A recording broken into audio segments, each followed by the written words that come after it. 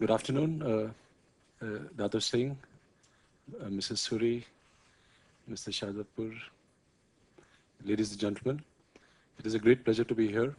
I'm from the industry, so I'll speak about the opportunities. We have a lot of problems. We have, constraints, but let us look at the opportunities. Dr.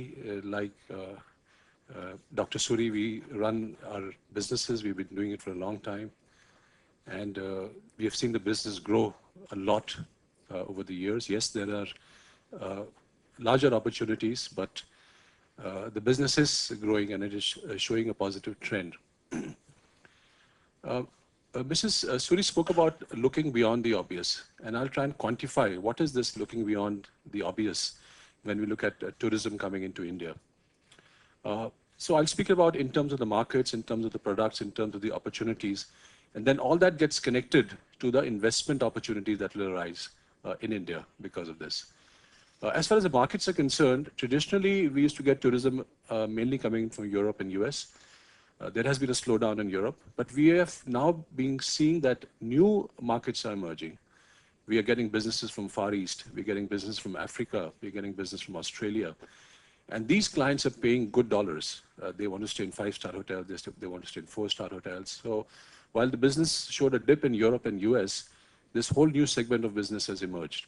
We have countries which are waiting to come to India. China is one, which is slow, but could bring in large numbers in the future. So this is an opportunity to look for a business. We are seeing change in segments of tourism that are coming into India. Traditionally, people came to see monuments, they came to see India's history. That has changed. Tourists today want more cultural experiences. They want to get more involved with people. They want to know what we do. There are various segments emerging. There is cruise tourism. There is both sea cruising and there's also river cruising. We have boats which now ply on the Brahmaputra. We have boats which now ply on the Ganges. So there's cruise tourism. There is wildlife tourism. There is adventure tourism. There is rural tourism. There is people coming to work in NGOs. So there is a whole new segment of business that has emerged. And that then directly then relates to the opportunities that are there.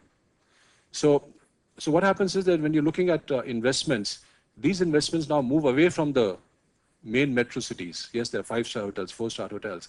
But now the business is moving into BC category cities. It is now moving into the far-flung tourist circuits. There is the whole range of, the Himalayas, Leh, Ladakh, Uttarakhand. So you have got hotels coming up. You've got hotels in different categories. There's a huge thrust for clients to come and stay in, homestay. So even if you have a house that you can, spare for tourists, that's an opportunity. There is a huge opportunity for parks, for, amusement parks, for cultural tourism in terms of setting up, facilities for this. And then, of course, there is this huge untapped segment of domestic tourism. And we heard the figure in the range of 800 million people who are traveling across India. Even the domestic tourist has now become very discerning. He's looking at more experiences. He's not just going to see the monuments or going for religion tourism. He's now looking at more experience. That then gets related to more investments in these areas around India. So the opportunity is huge. Let's look at it.